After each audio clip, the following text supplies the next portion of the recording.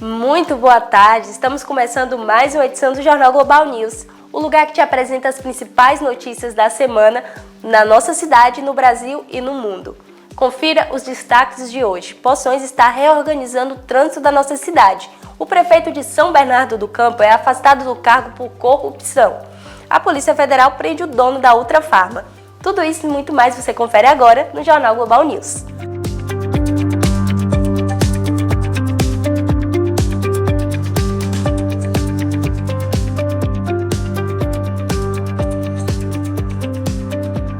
Cercado pelas polícias civil e militar, Pica-Pau, nome criminoso de Marcelo Bastos, de 32 anos, deixou um pânico nos moradores da cidade de Extremoz, no Rio Grande do Norte.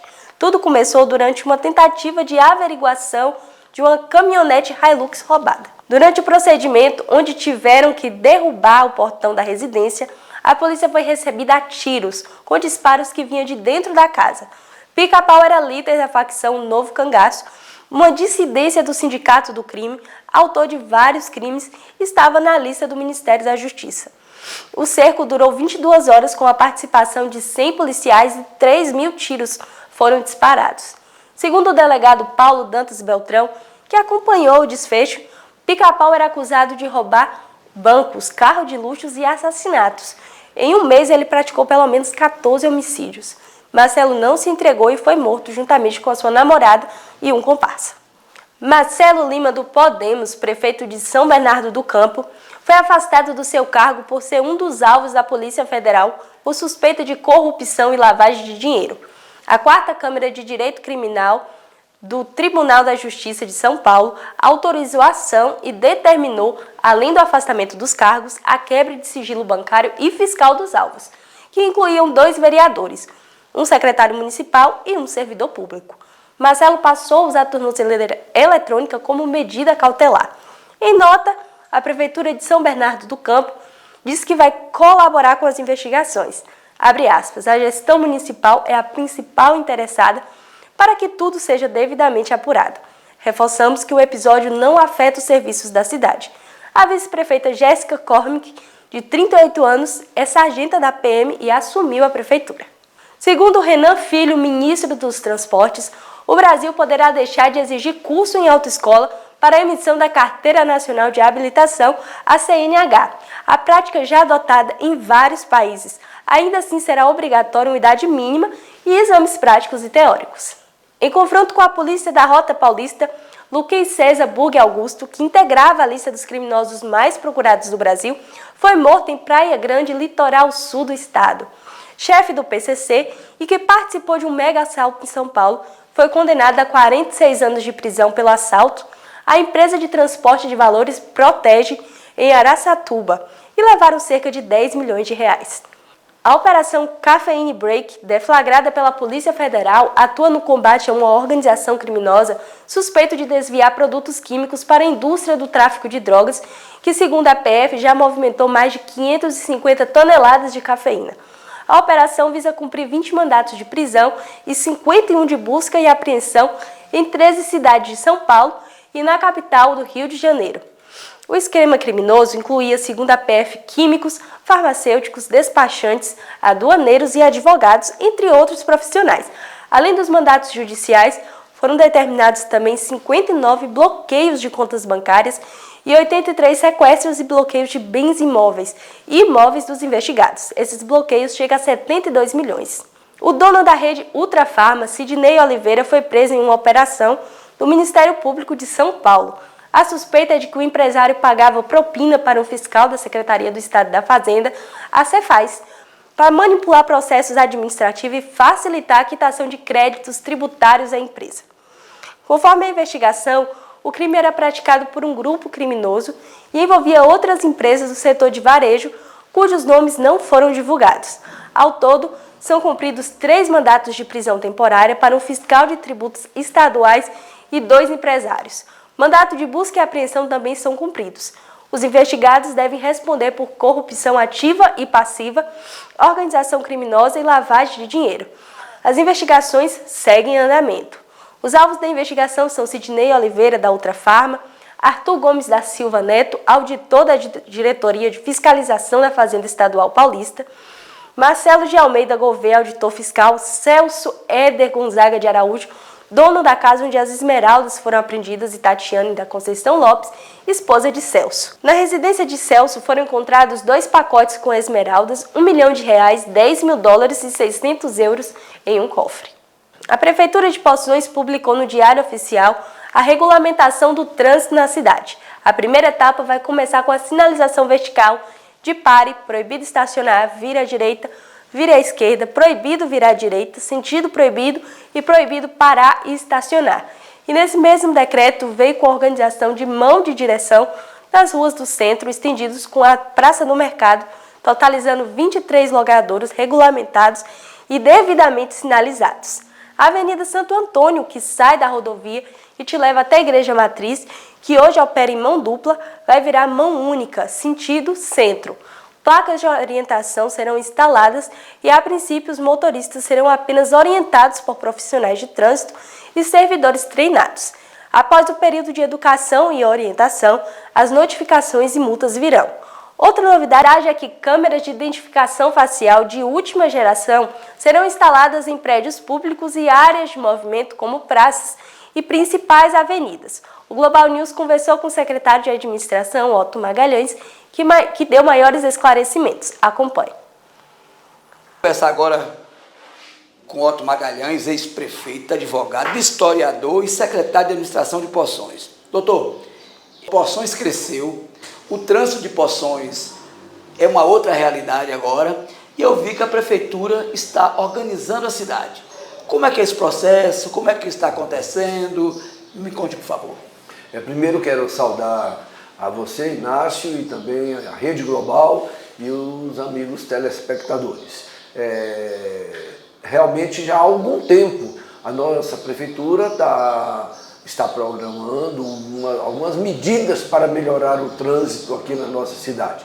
Realmente, nós que somos mais antigos, principalmente nós os mais idosos, nós sentimos que houve uma verdadeira explosão do número de carros e de motos em toda a cidade.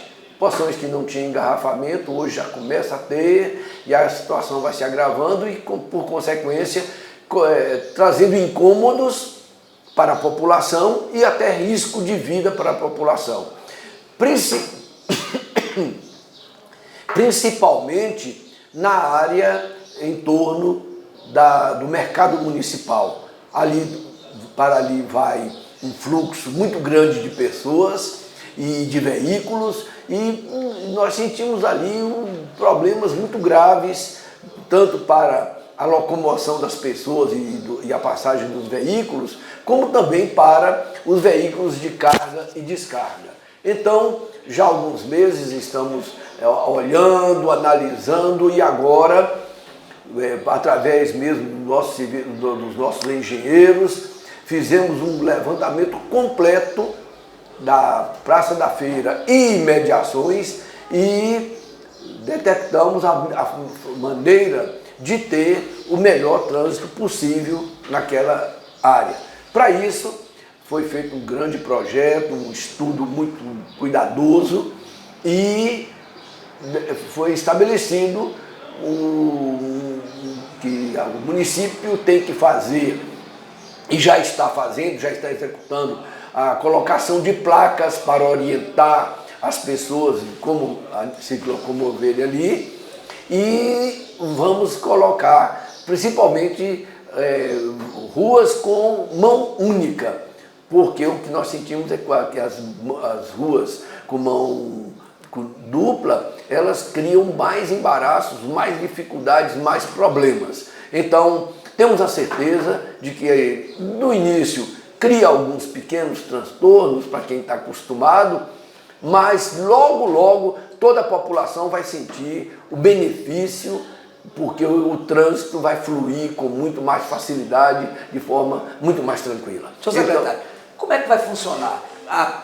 Por exemplo, não sei quando já vai entrar em operação, mas vai ter um profissional do trânsito orientando, vai ter orientador do trânsito? Sim. Primeiramente, vamos colocar as placas de direção, indicando, né, quais as ruas, qual é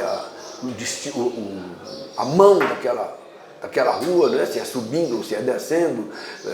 Então, primeiramente, colocação de placas. Após, nós vamos colocar uma equipe completa de guardas municipais, de servidores da prefeitura que trabalham na feira, e a população será orientada até que se acostume com a nova direção do trânsito ali, não só nas imediações da feira, como também nas outras ruas ali adjacentes. Então vai ter acompanhamento, vai ser feito realmente com muita responsabilidade, e eu tenho certeza de que vai melhorar. É um primeiro passo, Inácio, porque a nossa ideia é que aí seja a primeira etapa, porque nós queremos colocar também semáforos na cidade, e outras aqui no centro, na Praça Coronel Raimundo Pereira de Magalhães,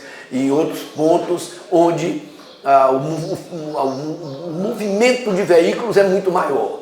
Então, vamos fazer isso numa próxima etapa. De início, nós vamos implantar um outro serviço, que é a vigilância eletrônica. Nós vamos contratar uma empresa, foi feito todo um projeto para ter vigilância eletrônica em todos os prédios pertencentes à prefeitura e também nas ruas. Vamos ter o que há de mais moderno, que é a identificação facial.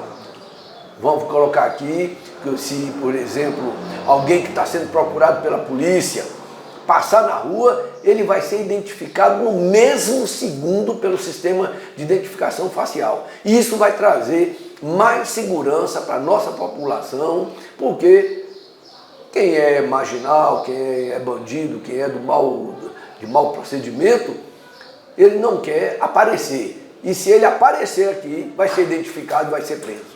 Então, nós vamos ter muito mais segurança na nossa cidade quando implantarmos esse sistema de vigilância. Esse sistema de vigilância deve estar pronto, Inácio e amigos ouvintes, ainda este ano. Daqui até dezembro, nós vamos ter vigilância eletrônica nos prédios municipais, nas praças, ruas e avenidas de Poções, nas entradas da cidade. Tudo vai ficar sob vigilância eletrônica do que há de mais moderno no mundo. Agora, voltando ainda sobre o trânsito. O trânsito de Poções ainda não é municipalizado. Há um projeto para isso? Olha, isso há muito tempo se ventila, de municipalizar o trânsito em Poções. A gente tem deixado para um pouco mais tarde, porque a municipalização ela custa muito caro ao município. Não é simplesmente dizer que municipalizou, é preciso criar um grupo de pessoas altamente capacitadas para aplicar as penalidades, para cobrar as multas, né? E para também analisar e julgar aquelas defesas que forem apresentadas por quem for autuado. Então, não é simplesmente dizer municipalizou, é preciso ter uma equipe técnica que custa ao município para que a gente possa municipalizar o trânsito aqui na nossa cidade. É por isso, por causa desse custo, que a gente tem protelado, mas um dia, não sei quando ainda, o trânsito terá de ser municipal. Poções não foi preparado para esse tanto de carro que tem. A questão de estacionamento, é um negócio que vem andando, o povo vai chegando, o número de veículos vai aumentando e a cidade tem o mesmo espaço. Está previsto também um bolsão de estacionamento, área de estacionamento para o povo que vem, principalmente da zona rural, que vem para o comércio de Poções, gente que vem de outras cidades nos dias de movimento, como sexta, sábado? Ô, Inácio, na verdade, esse problema do trânsito é um problema mundial. Toda cidade hoje vive o problema da falta de espaço para os veículos. Porque as nossas cidades, quem é nova, a cidade nova tem 50 anos. Estou dizendo uma cidade bem novinha, 50 anos. Então, no mínimo que ela foi criada. Então elas naquela época quase não tinha moto nenhuma. Naquela época eram pouquíssimos os carros, ninguém pensava nisso, não é? Então hoje a coisa mudou, o número de veículos cresce espantosamente. Vejam o que o trânsito em Salvador, em São Paulo, Rio de Janeiro, Belo Horizonte, qualquer capital, é um verdadeiro inferno. E as cidades do interior, principalmente essas que crescem, como é o caso de Poções, de Jiquié, de Conquista, estão sofrendo o mesmo problema. Lugares menores, bem pequenininhos, não sente nenhuma dificuldade para o trânsito. Mas nós aqui temos que lembrar que Poções hoje é a 44º município mais populoso da Bahia. E em termos de cidade, devemos estar em 40º lugar. Porque tem alguns municípios mais populosos do que Poções, porém que a sede de Poções é maior do que a sede daqueles municípios. Então, nós estamos entre os municípios de porte médio da Bahia e nós já estamos sofrendo esse problema. É lógico que vamos procurando alguma forma de aliviar esse problema. Eu não digo resolver por completo, porque é muito difícil. Nós não temos grandes áreas livres onde se possa fazer um grande estacionamento, né? Então, somos obrigados a ir adaptando, ajustando para melhorar. Já temos algumas ideias, uma delas, por exemplo, é uma melhoria ali na Praça do Divino, para que permita um bom número de carros possa ali se estacionar. Estamos pensando naquela área entre o hospital e o estádio de futebol, tem uma área ali que a gente está pensando em também fazer um tipo de estacionamento, só que é um pouco mais fora do centro, mas de qualquer forma é melhor ter um lugar para estacionar do que não ter, não é? Então estamos pensando, é lógico que tudo isso tem um custo e a prefeitura não tem meios, recursos financeiros para fazer tudo. Eu quero aqui lembrar, viu, Inácio, que nesse momento, nós estamos com mais de 20 obras em andamento no nosso município de Poções. Mais de 20 obras em andamento. Ou seja, a prefeitura está trabalhando muito. Tem muita coisa sendo feita. E nós, daqui até o final do ano, vamos entregar muitas dessas obras já prontas e vamos ter outras obras além dessas para os próximos anos. Podem ter certeza de que Poções vai continuar no caminho do progresso no governo de Dona Nilda, porque não é só Dona Nilda, é Dona Nilda e toda a sua equipe que está empenhada em trabalhar muito para promover o progresso da nossa cidade. Quanta coisa boa está chegando aí, não é? O IFBA chegando, um supermercado chegando, agora mais um local onde estão instalando placas de energia solar, a segunda, eu não sei se chama fazenda de geração de energia solar aqui no nosso município, e outras obras, outros empreendimentos que estão promovendo o progresso da nossa cidade. Muito obrigado, Otto. Eu que agradeço essa oportunidade e desejo que todos os nossos ouvintes se empenhem cada vez mais e colaborem para preservar aquilo que Poções tem de bom e podem ter certeza, vamos ter muita coisa boa. Vamos para um breve comercial e na volta vamos falar sobre a morte de um gari por um empresário.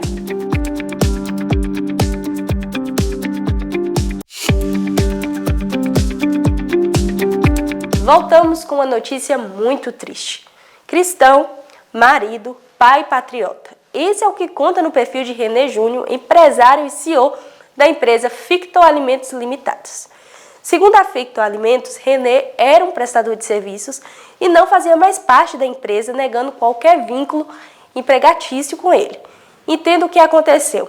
O empresário é casado com a delegada Ana Paula Balbino Nogueira e disse que a arma que matou um gari seria de sua esposa, que é delegada. Testemunhas disseram que tudo começou quando um caminhão de coleta de lixo ocupava a rua e ele queria espaço para passar com seu BYD. Durante a discussão com o motorista, o mesmo desceu do carro e começou a atirar contra os garis, matando assim Laudemir de Souza Fernandes, de 44 anos, que trabalhava coletando lixo naquele momento. O empresário foi preso em uma academia de ginástica em Belo Horizonte. Mais um acidente da BA-640 envolvendo animal solto na pista. Esse último aconteceu na madrugada do dia 11, do quilômetro 1 no sentido Poções-Bom Jesus. A polícia militar foi acionada e, ao chegar no local, deparou com um motociclista caído no asfalto por ter colidido com um cavalo que estava solto na pista. O SAMU foi chamado e encaminhado para a UPA, unidade de pronto atendimento de Poções, com lesão nos braços e escoriações no corpo. Felizmente, nada mais grave aconteceu. Durante o atendimento, um automóvel transitava na rodovia quando diminuiu bruscamente a velocidade ao perceber o acidente e foi atingido na traseira por outro veículo que vinha no mesmo sentido, sem manter a distância mínima indicada, e mais a baixa visibilidade no momento. Os veículos envolvidos são um Toyota Etios HBX, placa PTF 6186, cor branca, e um Chevrolet Onix 10MT Joy, placa PKG 8F03. Cor prata, uma Honda CG 160 Start, placa OTX 9E50, cor preta, e o cavalo que morreu com impacto. A Sociedade Brasileira de Pediatria fez uma atualização na definição de febre. A partir de agora, 37,5 na axila já pode ser considerado um quadro de febre.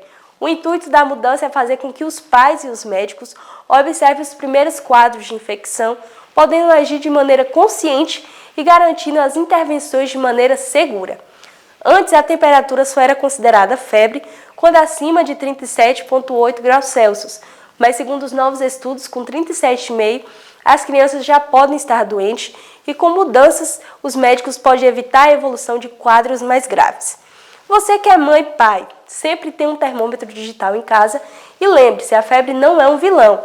Na verdade, é um alerta que pode indicar infecções como vírus e bactérias, inflamações e outras condições de saúde, além de observar como a criança está. Procure um médico caso a febre persistir, aparecer manchas, sonolência ou dificuldade para respirar e ter menos de 3 meses. Mudanças importantes no estado geral da criança.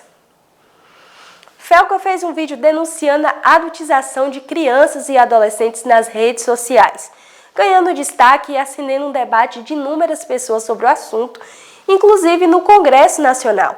A divulgação da pauta fez destravar o tema e se tornou oportunidade.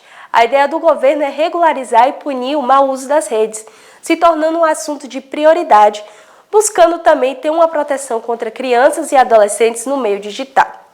Felca mostra que esse material pode ser facilmente encontrado, não possuindo um filtro ético no algoritmo, além de denunciar o influenciador Ítalo Santos, que estava foragido da Paraíba e foi localizado e preso em São Paulo. O mesmo está sendo investigado pelo Ministério Público da Paraíba por usar adolescentes para produzir conteúdos com cunho sexual que é acessado por pedófilos nas redes sociais. E que a seção de comentários de algumas dessas postagens reúne os perfis que se oferecem para trocar material explícito envolvendo pessoas menores de 18 anos, além de ser investigado por realizar eventos com menores. O Instagram, o TikTok e o YouTube afirmam que tem sistemas que removem automaticamente os conteúdos que violam suas regras e que casos complexos são direcionados para análise de pessoas reais. Porém, o YouTube apresenta provas que isso não é realizado na prática, que quanto maior o engajamento, isso é, a interação de usuários com o que é publicado, maior a chance dessas pessoas continuarem online nas redes sociais. As plataformas, por sua vez, faturam com publicidade e passam parte do valor para influenciadores em programas de monetização. O governo federal anunciou na quarta-feira, dia 13, um pacote de medidas para as empresas exportadoras impactadas pelas tarifas de 50% aplicadas pelos Estados Unidos a produtos brasileiros. Lula afirmou que foi assinada uma medida provisória criando uma linha de crédito de 30 bilhões de reais para empresas que perderam a competitividade no mercado externo. Segundo o presidente, essa é a primeira parte de um conjunto de medidas em estudo. O pacote prevê ampliação de compras governamentais, abertura de novos mercados e prioridade para conteúdo nacional, com o objetivo de garantir a sobrevivência das empresas brasileiras. Além disso, houve um adiamento por até 2 meses no pagamento de tributos e contribuições federais, repetindo a medida adotada na pandemia da Covid-19 e compras públicas de perecíveis como peixes, frutas e mel, que estão parados desde o anúncio da sobretaxa. Além disso, o Ministério Público lançou o Plano Brasil Soberano. O plano é composto por ações separadas em 3 eixos: fortalecimento do setor produtivo, proteção aos trabalhadores e diplomacia comercial. A deputada federal Carla Zambelli foi detida na Itália desde o dia 29 de julho, passou mal e bateu a cabeça pouco antes de uma audiência no Tribunal de Apelação de Roma, marcada para essa quarta-feira, dia 13. O episódio foi relatado por seu advogado, Fábio Pagnozzi, à Jovem Pan, conforme noticiado pela Globo. Pagnozzi atribuiu o desmaio à fragilidade física causada por uma greve de fome iniciada no presídio. A audiência dessa quarta acabou suspensa e foi remarcada para 27 de agosto, de acordo com a Embaixada do Brasil em Roma. O processo é conduzido pelo juiz Algo Morghini e inclui a participação de um advogado indicado pelo governo brasileiro para atuar no caso. Agora virou moda, uma moda de terror. Mais uma mulher foi vítima de agressão física e tentativa de feminicídio por parte de seu companheiro. Dessa vez foi em Brasília, quando câmeras de segurança gravaram um homem espancando brutalmente uma mulher. O ataque começou ainda fora do elevador e seguiu na parte interna, onde depois de muito apanhar, ela foi deixada caída no piso do elevador de serviço. O agressor é o empresário do ramo de imóveis, Kleber Lúcio Borges, de 55 anos, que foi preso e indiciado por lesão corporal e deveria ser por tentativa de feminicídio. Abre aspas, eu mantenho por hora o indiciamento como lesão corporal. Eu só não posso descartar o indiciamento por feminicídio tentado antes de receber o laudo do IML e a conclusão das investigações, lembrando que a palavra final cabe ao Ministério Público, título da ação penal, fecha aspas, disse o delegado Marcos Loure. Kleber foi indiciado por outra ação movida pela ANEEL por furto de eletricidade em um depósito de imóveis da sua empresa. Uma colisão frontal entre um Gol e uma carreta deixou 2 homens feridos na noite de domingo no quilômetro 605 da BR-116, em frente ao posto de combustível Grande Vale, trecho do entroncamento de Jaguaquara. As vítimas, o proprietário do carro de 51 anos, morador de Irajuba, e outro ocupante ficaram presas às ferragens e foram resgatadas por uma equipe do 8º Batalhão de Bombeiros Militar. Após o atendimento inicial, foram encaminhadas em uma ambulância do SAMU de Jaguaquara ao Hospital Geral Prado Valadares, em Jequié. A Polícia Rodoviária Federal esteve no local e a rodovia ficou interditada parcialmente por um período e iniciou a apuração das causas do acidente. Segundo informações do blog Marcos Fran, o Gol seguia da localidade do 70, em Irajuba, para o entroncamento de Jaguaquara, enquanto a carreta azul, que estava vazia, trafegava no sentido norte. O motorista da carreta não se feriu e permaneceu no local para prestar esclarecimentos. O automóvel foi recolhido ao pátio da PRF em Jequié. Uma ultrapassagem pode ter provocado a colisão. Vamos ali e voltamos já para falar de mais acontecimentos.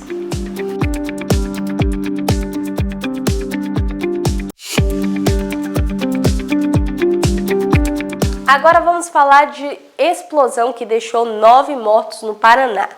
Ainda sem respostas sobre a explosão da fábrica de explosivos Anaex Brasil em 4 Barras, na região metropolitana de Curitiba, que deixou um saldo de 9 funcionários mortos e 7 feridos.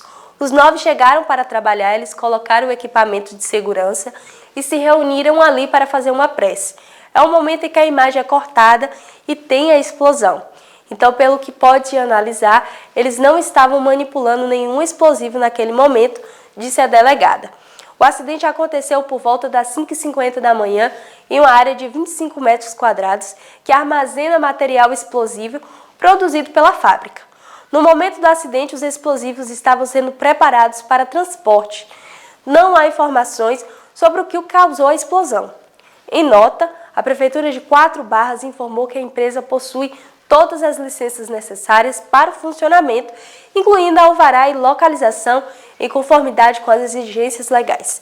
A empresa Enaex está instalada no município há mais de 50 anos, segue rigorosamente todos os protocolos de segurança e é uma das unidades fabris que mais gera empregos no município. O governador da Bahia, Jerônimo Rodrigues, assinou 6 projetos de lei que prevêem um reajuste salarial entre 10,2% e 22,1% para 43 mil servidores do Estado. Os projetos foram enviados para a Assembleia Legislativa da Bahia. Se aprovados, os reajustes serão implementados na folha de pagamento seguinte.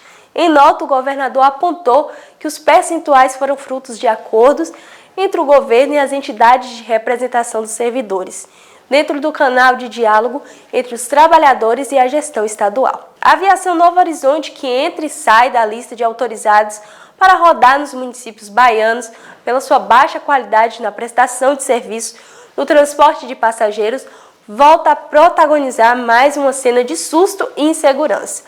Um de seus ônibus que fazia uma viagem sentido Vitória da Conquista foi completamente destruído por chamas na manhã do dia 13, na BR-030, na curva do Cotovelo, entre Guanambi e Caetité. As causas do incêndio ainda não foram divulgadas. Ninguém ficou ferido. O SAMU e bombeiros estiveram no local.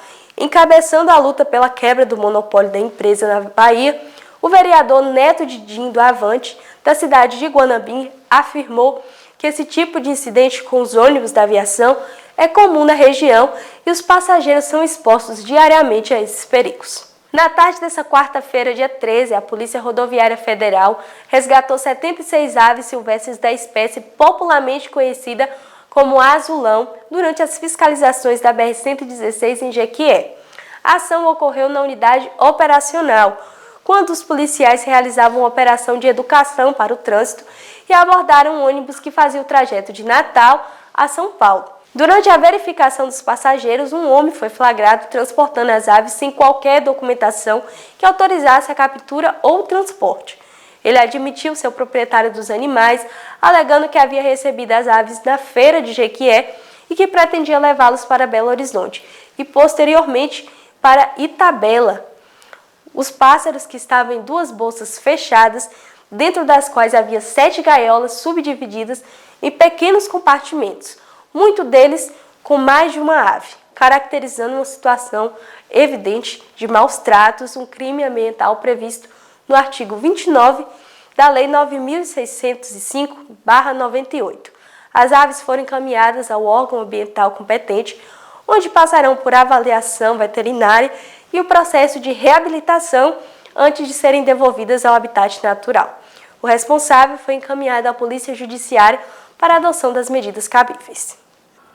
A Secretaria de Agricultura de Poções, através de seu secretário Jaimilson Moreira, reuniu na manhã do dia 15 com lideranças das associações de produtores rurais para discutir os próximos passos no setor, prestar contas do que já foi realizado no mandato e organizar a participação dos produtores na Expo Poções 2025.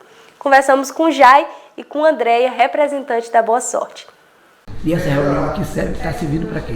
Essa reunião aqui vai servir, para a gente trazer o problema das nossas comunidades para aqui, para tentar resolver, ter uma solução para melhorar. Limpa de barreiros, construção de barragem, o que a comunidade mais precisa. Quais assuntos foram tratados aqui, Jair? Ô Inácio, a gente hoje aqui discutiu vários assuntos com as associações.